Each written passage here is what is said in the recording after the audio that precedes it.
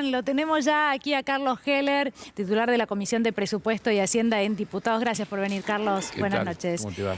Bueno, a ver, Vidal también dijo hoy que Alberto Fernández ha tomado más deuda que Mauricio Macri. Parece que en campaña se puede decir cualquier cosa.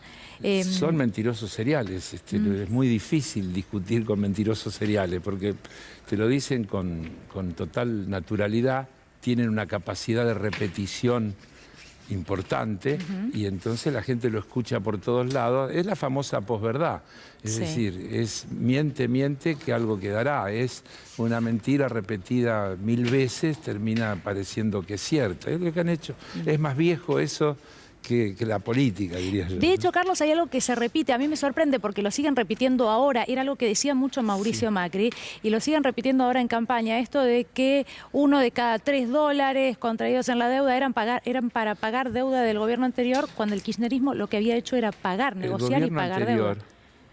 Y el anterior, es decir, los 12 años de Néstor y Cristina, lo único que hizo en materia de deuda del país es desendeudarse. Le pagamos al Fondo Monetario Internacional, cancelamos la deuda. Se inició el canje de deuda, primer canje que hizo Néstor, segundo en el 2005, segundo canje que hizo Cristina en el 2010, en el cual se resolvió el 93% de la deuda que había heredado la administración de Néstor, en default, con toda la historia de lo que sucedió, y quedó el famoso 7% de los buitres que se negaban a acordar y que habían entablado el juicio a través del juez Griesa. ¿Qué fue lo primero que hizo el gobierno de Mauricio Macri ni bien ganó las elecciones? Pagarles. Tomó un crédito, emitió bonos por 14.000 millones de dólares.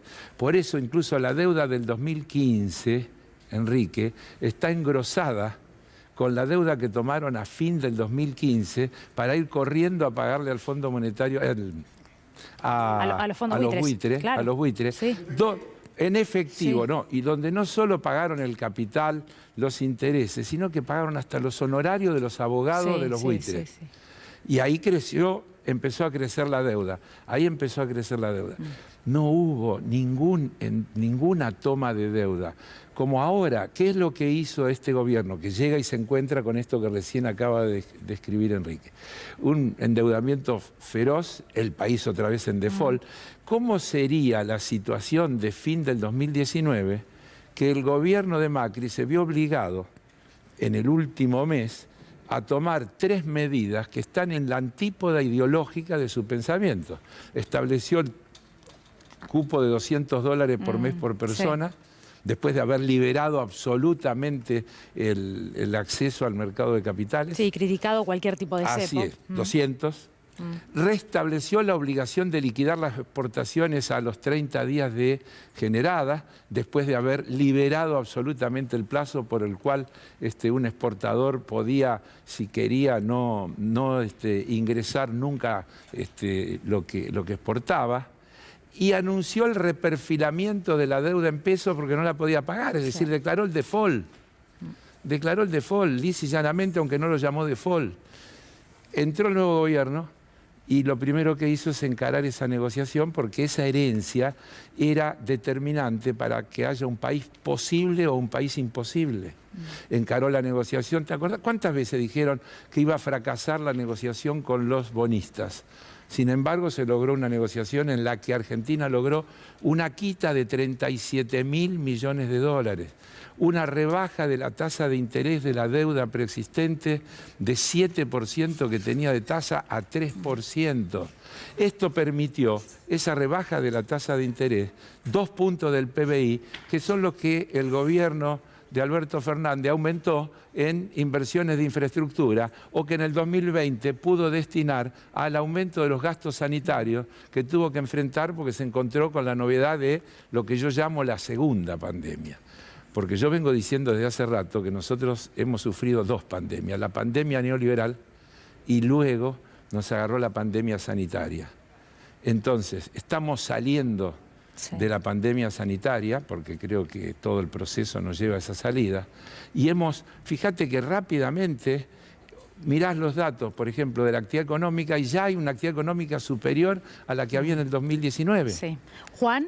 No, yo estaba escuchando atentamente, ¿no? Me acuerdo del reperfileamiento de la deuda en pesos. Así es. Estamos hablando de la deuda en pesos, algo inédito, porque Claro. el Banco Central es prestamista de última instancia, puede emitir y no entrar en ese default. Lo que pasa que estaban muy apretados con los dólares. Ahora, Carlos, la pregunta es, más allá de todo esto que estamos hablando de la deuda, es respecto a lo que pasa hoy con los pesos, ¿no? Hay una credibilidad en el peso, de hecho, el financiamiento del Tesoro, el Banco Central, hay una cierta credibilidad y eso muestra un crecimiento económico. Y de hecho, la tensión que hay con el dólar blue seguramente va a menguar como consecuencia de la credibilidad en el peso. ¿A usted qué le parece en ese sentido? Yo estoy absolutamente convencido que ese proceso de ir tranquilizando la economía, como define el ministro de Economía, y haciendo que las variables sean creíbles por la persistencia en el tiempo, es lo que va a hacer que la gente vuelva a creer en nuestra propia moneda. No hay duda que nosotros tenemos un sistema que podríamos llamar bimonetario desde el punto de vista de la cabeza de la ciudadanía, que se hizo bimonetario en la convertibilidad y que de ahí en más no logró salir de ese bimonetarismo. Entonces, en la medida en que esta política persista, hoy nosotros vemos que la Argentina está renovando sus deudas en pesos con toda naturalidad e inclusive consiguiendo más que lo que vence, con lo cual atiende parte del déficit fiscal sin necesidad de recurrir tanto a la emisión.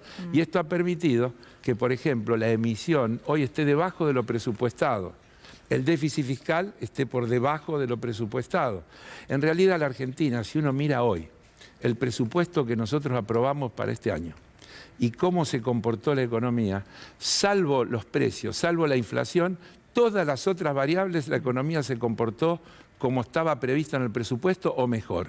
Carlos, y precios e inflación, porque la verdad es que es cierto lo que dice, pero también el que está en casa está pendiente de Seguro. los precios y de la inflación, que es lo Obvio. que más nos toca de cerca, ¿no? ¿Qué puede pasar después del periodo electoral? Porque la verdad que el gran desafío, en algún momento Mauricio Macri decía, es la muestra de la incapacidad para gobernar, ¿no? Bueno, evidentemente hay Yo dificultades digo que para poder Mauricio controlar Macri la es inflación. Pinocho. Por lo tanto, dejemos de hablar de lo que... No, en serio, es Pinocho. Sí. Bueno, pero evidentemente Le bajar la crece la inflación nariz cada rato no por es la algo mentira tan que dice. simple, a eso voy. No, Evidentemente no es no, soplar y listo. No, al revés. Pero queda en claro, vos fijate, nos dijeron que la inflación era producto del tipo de cambio. Sí. Ahora nos dicen que el tipo de cambio está atrasado. Sí. Por lo tanto, el tipo de cambio no es lo que ha generado el aumento de precios. La emisión monetaria La emisión tampoco. monetaria y esto ya lo tampoco, porque está aprendimos, contenida. Sí. Tampoco es el déficit fiscal, porque es menos que lo que está presupuestado. Ni las tarifas de los servicios públicos, porque están congeladas. Ni los salarios. ¿Y entonces? Claro, puja ¿Entonces? distributiva, estimada amiga, puja distributiva. No hay otra explicación. Puja distributiva, que parte de la torta se queda cada sector de la sociedad. ¿Y qué va a pasar? Lo que va a pasar es que el gobierno va a cumplir lo que es su principal compromiso en materia electoral, hacer que los ingresos le ganen a los precios. Se pautaron paritarias en el orden del 29-30% porque esa era la previsión de crecimiento de los precios. Sí. No fue así, se reabrieron las paritarias y se están pactando al 45, al 43, al 47. No es bueno porque la nominatividad alta es negativa para ir ordenando la economía, pero Sí, la claro. voluntad política de que los salarios y las jubilaciones le ganen a los precios está siendo llevada a la práctica. Y eso es lo que va a pasar este año y lo que va a pasar el año que viene y el otro, porque hay un proyecto. Y ese proyecto tiene que ver con un modelo de país. Y en definitiva lo que hay que entender es que acá lo que hay es dos modelos de país. Hay un país donde hay un Estado presente que regula, pone normas, fija límites. Y hay un país, que nos dicen ellos, que es el país de la libertad, donde cada uno hace lo que quiere. Sí. En contra de la gente. Yo los escuchaba a ustedes hablar de los carpinchos. ¿Cómo se va a ocupar el mundo de los carpinchos si no se ocupa de los seres humanos? Primero se tiene que ocupar de los seres humanos y naturalmente se va a ocupar de los carpinchos. Hemos construido un mundo donde la gente Sí, se mete sin adentro duda. de un country y se cree que se aisló del mundo porque está atrás de una pared. Sí. Y entonces pasan todas estas cosas. Hay que humanizar la política, hay que humanizar la economía, hay que entender que no hay política económica buena que no sea a favor de la gente. Sirve esa mirada para todos los ámbitos, Y Carlos. sirve para todo, así es. ¿Usa WhatsApp? Sí. Sí. Ay, me da miedo preguntarle, pero cuando le clavan el visto, ¿Eh? ¿le causa indignación las dos marquitas No. y no le contestan? No me pasa que no me No, conteste. ay, qué suerte, Heller.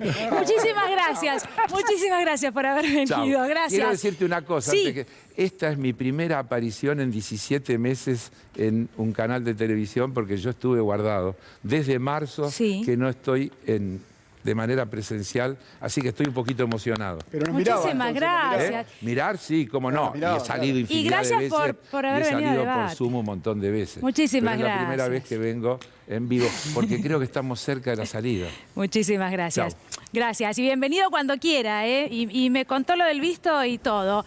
Nahuel.